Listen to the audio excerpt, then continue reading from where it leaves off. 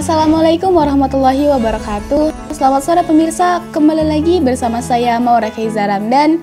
Bagaimana kabar teman-teman hari ini? Mudah-mudahan masih dalam keadaan sehat walafiat. Alhamdulillah pada sore hari ini saya bisa menemani teman-teman semua. Kita akan berbincang-bincang dengan bintang tamu kita, tentunya dengan pembahasan-pembahasan yang menarik dan bermanfaat, insya Allah.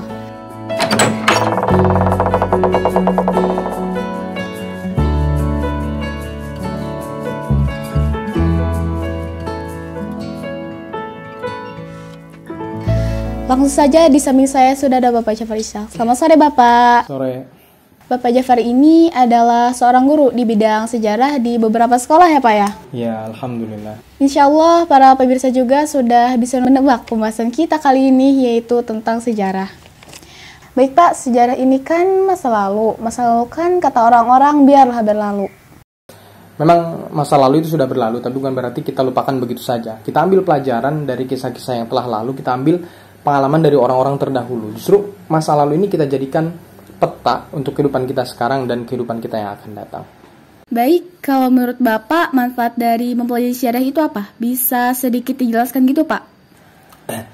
Sebetulnya banyak sekali pelajaran dan faedah dari sejarah, tidak mungkin saya sebutkan satu persatu, tapi buktinya adalah Allah Subhanahu wa taala menurunkan Al-Qur'an, ya, pedoman hidup kita, sepertiga isinya itu adalah sejarah. Ini menunjukkan bahwasanya sejarah memiliki faedah yang begitu luar biasa untuk kita. Allah Subhanahu wa taala berfirman dalam surat Yusuf, A'udzubillahi minasyaitonirrajim, laqad kana fi qasasihim ibratun liulil albab. Sungguh dari kisah-kisah umat terdahulu itu ada pelajaran bagi orang-orang yang berakal.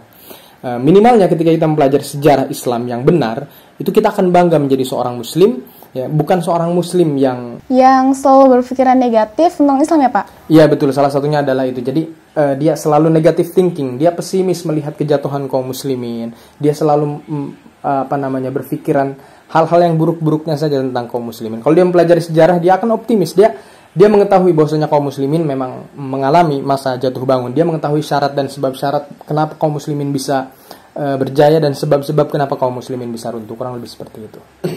Baik Pak, kita kan baru saja melaksanakan puasa Ramadan. Apakah zaman dulu, zaman para nabi-nabi sebelum Nabi Muhammad itu ada ibadah puasa juga atau ada ibadah-ibadah yang lain? Ada ibadah puasa, tapi ada perbedaan puasanya. Mungkin dari tata caranya, tidak ada sahur atau puasanya di bulan apa, wallahu a'lam. Kalau ibadah yang lain Pak, seperti sholat, zakat, atau haji, itu ada juga? Ibadah-ibadah yang lain pun ada, sholat, haji, kan tapi kembali lagi tadi tata caranya yang berbeda. Ya memang ada perbedaan tata cara hukum syariat antara nabi-nabi terdahulu dengan Nabi Muhammad SAW, menyesuaikan umatnya masing-masing, menyesuaikan zaman dan tempatnya masing-masing, dan belum disempurnakan ajarannya. Oh gitu, berarti kalau berbeda ibadahnya, berbeda syariatnya, agamanya pun berbeda. Baik. Jadi gini, Allah Subhanahu wa taala mengutus para nabi dan rasul, ya, di setiap bangsa, di setiap tempat, di setiap zaman, membawa ajaran yang diturunkan oleh Allah Subhanahu wa taala. Mereka mengajarkan kepada umatnya, yaitu tauhid. Ya, tauhid ini adalah mengesahkan Allah, menyembah hanya kepada Allah, tidak menyekutukannya, ya, tidak berbuat syirik kepadanya. Itu yang dibawa oleh para nabi dan rasul. Berarti sama seperti agama Islam, Pak? Ya, memang sama antara agama Islam dan agama-agama nabi-nabi sebelumnya, ya sama. Ajaran tauhid itu sama dengan Islam karena intisari dari ajaran Islam adalah tauhid. Jadi agama seluruh para nabi adalah agama tauhid, Pak? Ya, betul. Agama seluruh para nabi adalah agama tauhid, dan agama tauhid adalah agama Islam. Jadi Islam sama dengan tauhid, tauhid sama dengan Islam. Seperti itu. Luar biasa. Berikan tepuk tangan dulu pemirsa. Baik pemirsa, obrolan kita semakin menarik, tapi sebelum kita lanjutkan, jangan kemana-mana dulu, kita akan lanjutkan setelah pesan-pesan berikut ini.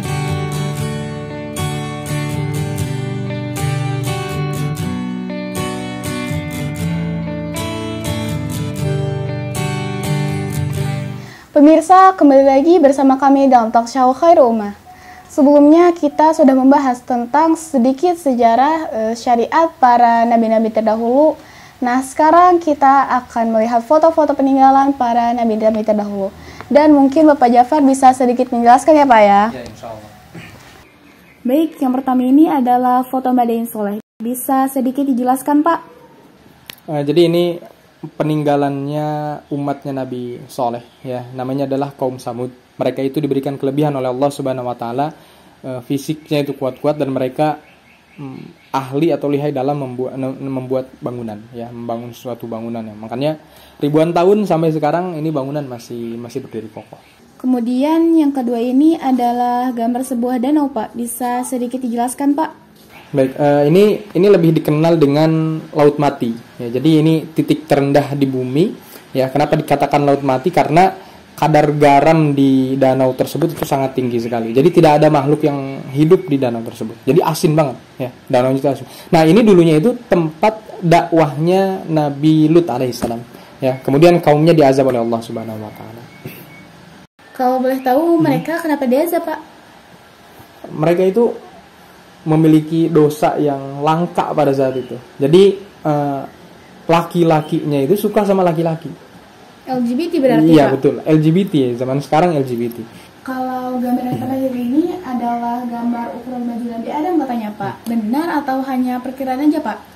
Memang benar Nabi Adam itu ketika diturunkan oleh Allah Subhanahu Wa Taala memiliki ukuran yang begitu besar, ya. Disebutkan ukurannya itu sampai 60 hasta. Satu hastanya itu bisa setengah meter. Jadi kurang lebih ukuran Nabi Adam itu 30 meter. Tapi wallahu alam ini baju bekas peninggalan Nabi Adam betul atau hanya simulasi saja atau hanya contoh saja. Tapi memang betul Nabi Adam itu punya ukuran tubuh yang besar sekali. Seperti itu. Baik pemirsa, buat teman-teman semua, kita perdalam lagi kisah-kisah atau sejarah-sejarah zaman dahulu. Karena banyak sekali manfaat yang dapat kita ambil, Pak, ya? Iya, betul. Baik, Pak, terima kasih sudah menyempatkan diri ke Talkshow Khairul Ummah. Mudah-mudahan media ini tambah kecil lagi dan memberikan manfaat untuk umat. Amin. Baik pemirsa, tak terasa waktu begitu cepat berlalu. Ini dia obrolan kita pada sore hari ini. Mudah-mudahan bisa memberikan manfaat untuk kita semua. Tetap semangat belajar, saya Maura Keiza Ramdan, pamit undur diri. Kita akan bertemu lagi di episode mendatang dan sampai jumpa. Sebiru hari ini, birunya bagaikan terang benderang. Sebiru hari kita bersama di sini. Seindah hari ini, indahnya permadani taman surga. Seindah hati kita, walau kita kan terpisah. Bukankah hati kita telah lama menyatu dalam tali kisah persahabatan ilah?